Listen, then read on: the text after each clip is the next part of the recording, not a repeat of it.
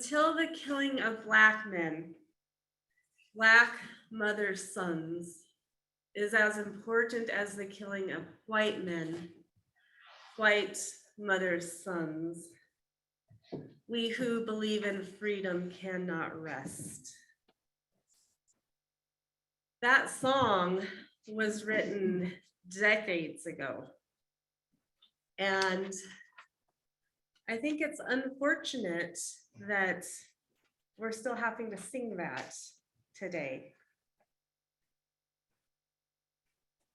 It feels like I was looking at my previous Martin Luther King Day sermons, and I could have picked any one of them to share again today, because what I said 10 years ago is still relevant, and it was relevant 7 years ago, and it was relevant 5 years ago, and it's relevant today. And so I want to start my sermon today with a story, and I think that you might think that it doesn't have a lot to do with Martin Luther King Day weekend, but I think in some ways it has everything to do with Martin Luther King.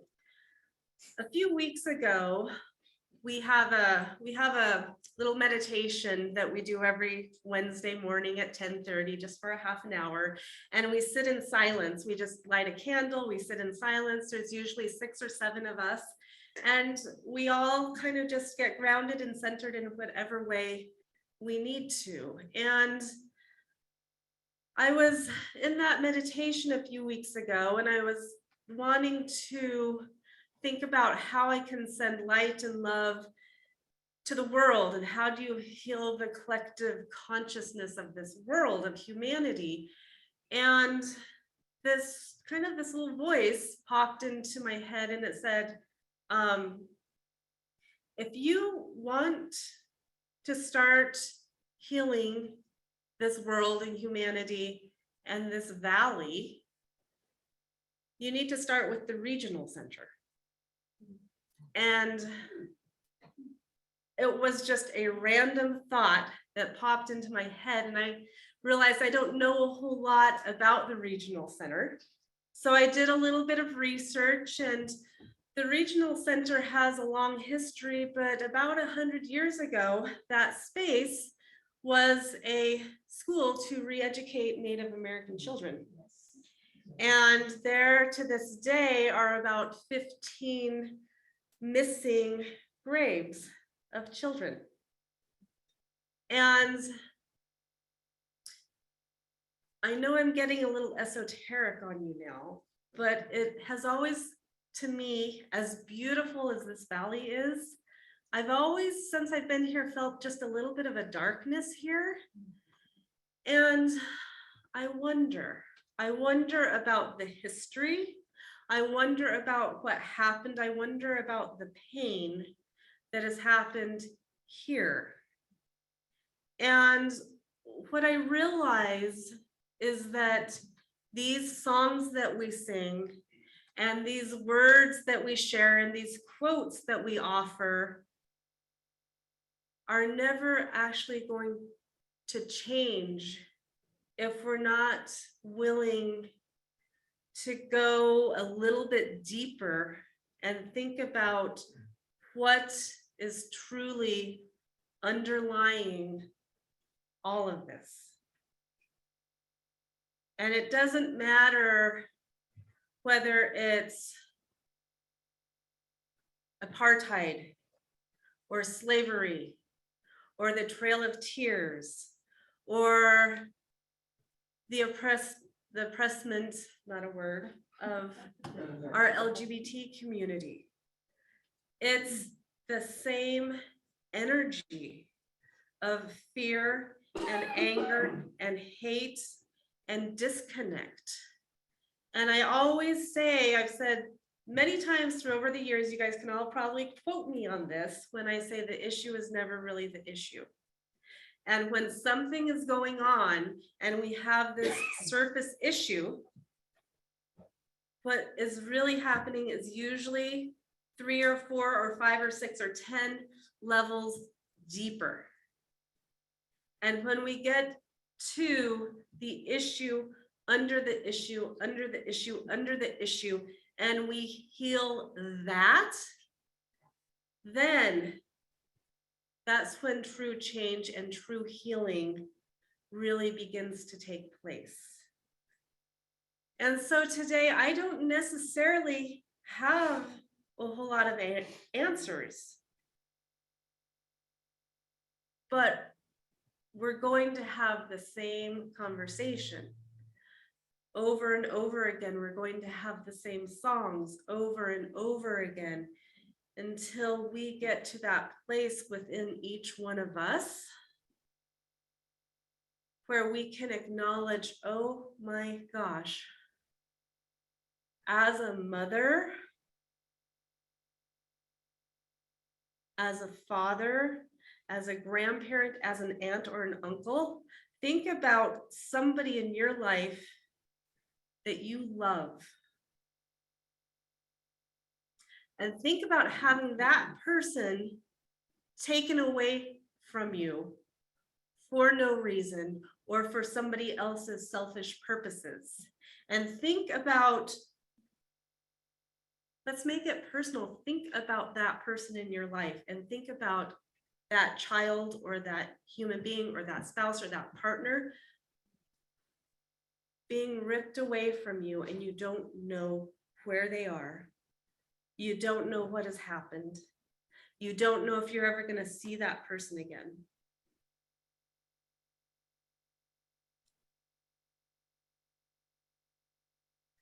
This is what the issue under the issue under the issue really is. That's why we're not healing. That's why we keep going around in circles. That's why we keep having the police brutality and these goofy laws and this corrupt Supreme Court. Because until, and I want us to hear this, and we can add Black, we can add Native American, we can add LGBTQ, we can add whatever we want. We can add my neighbor. Until the killing of Black men, Black mothers' sons, is as important as the killing of white men. White mothers' sons. We who believe in freedom cannot rest.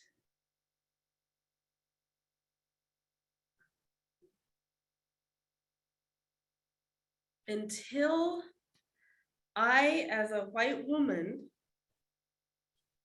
can go to that place within me and think about what I would do if somebody grabbed Danny or Nathaniel and just took them away from me, or beat them up to the point of death and walked away. Until I can go there in myself, until I can think about what that would have felt like if somebody had come and said, we know better what kind of culture your child needs to be. We're taking Danny to this school. And we're gonna cut her hair the way that we want it to be cut. And we're gonna make sure that she doesn't know her history. We'll make sure she doesn't really know you or her grandparents or her great-grandparents or her ancestors. We're gonna do everything that we can to make her forget you. Until we can get to the point that we can feel that in our hearts, and we can begin to comprehend that in our minds,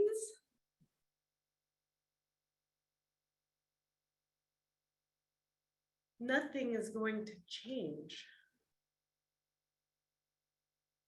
We can take classes about white supremacy, and we can read books or, do YouTube videos. And this is actually not one thing that I've written today. I have no idea where I am in this sermon. Because I have good words right here in front of me that I've written over the years. But it doesn't matter until we begin to see and acknowledge each other as human beings on a level that as of yet we have not done. And until we can look at these principles and truly understand that we are part of the interconnected web, that we are interconnected, that we truly, truly understand and believe in the inherent worth and dignity of every person, not just the people we agree with, not just the people we understand, not just the people that are in our little spheres of life. Until we can do that, that beautiful song that the choir just sang will be sung again and again and again. And so my invitation for us is to individually and collectively begin to do the work that is needed to be done to actually begin to heal the soul trauma and the soul pain that goes back generations and generations and generations. And it's a little bit of system, but the systems aren't going to change until we do our own inner work and get to the point that we realize, oh my God, what have we done?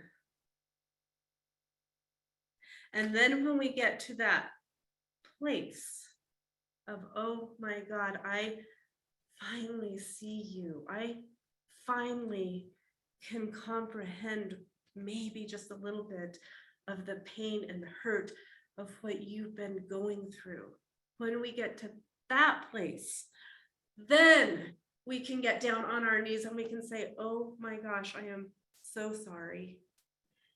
And I'm beginning to understand, and please forgive me for what I didn't see or acknowledge or understand.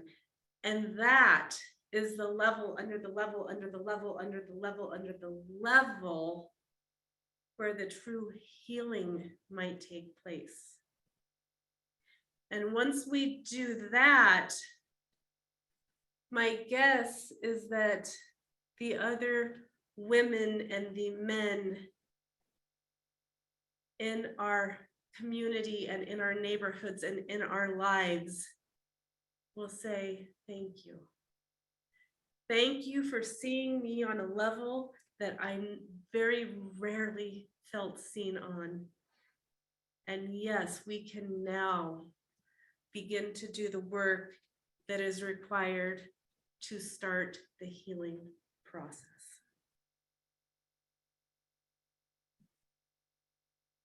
That is what we need to do. That is the level that we need to get to begin to actually heal the collective human soul wound of what this country is going through, what this world is going through. And I'm going to throw Joanna for a huge loop, and I'm going to ask this choir to maybe sing that song for us again. Alyssa? Mm-hmm. Here we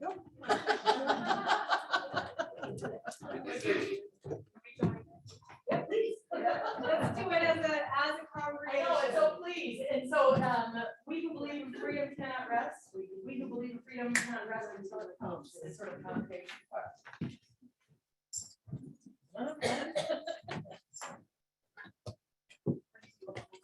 Mhm. Yeah, great.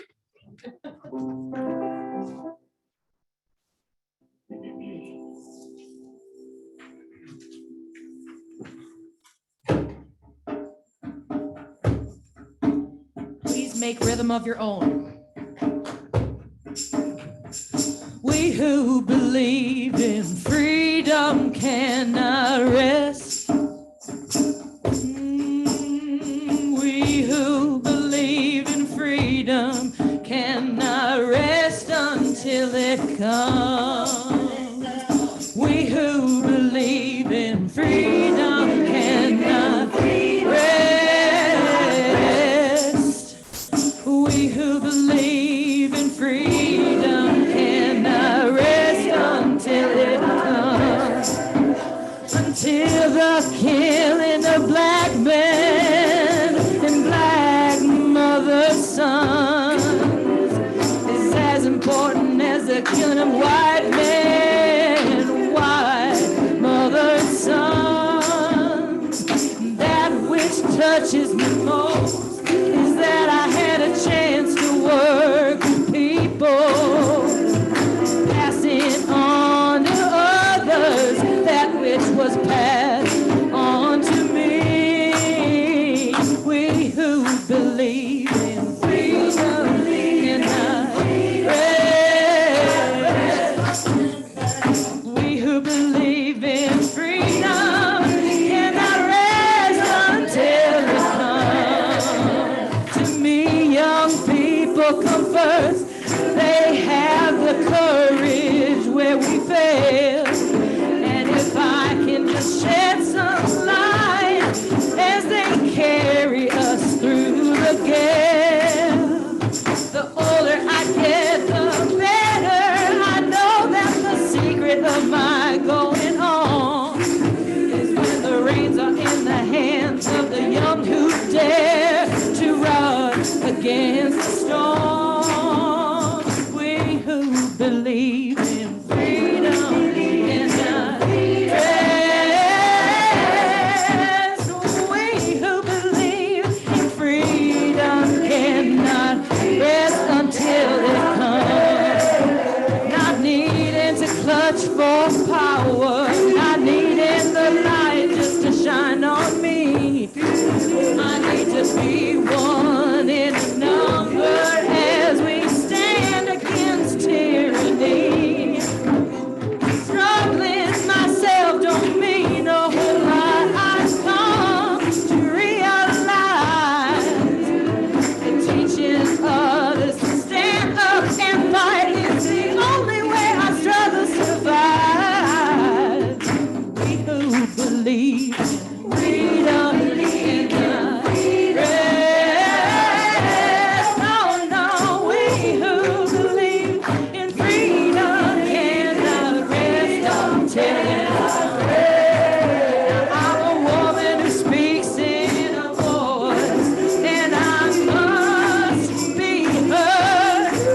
Sometimes I can be quite difficult. I'll bow to no man's word. Oh, we who believe in freedom cannot rest.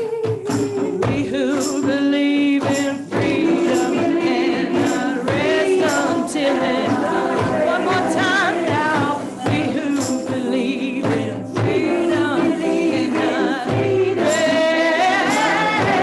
Oh, now we who believe in freedom can't rest until it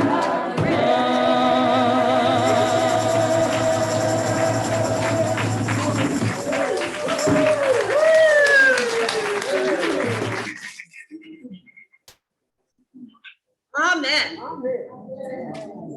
Go now in peace. Amen.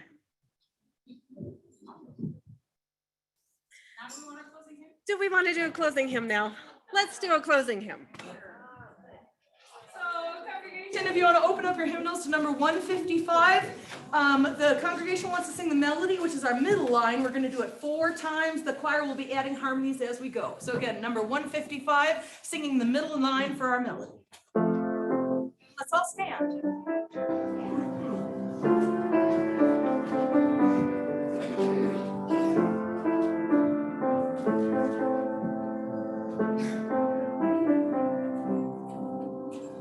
Circle round for freedom, circle round for peace, for all of us imprisoned, circle for release, circle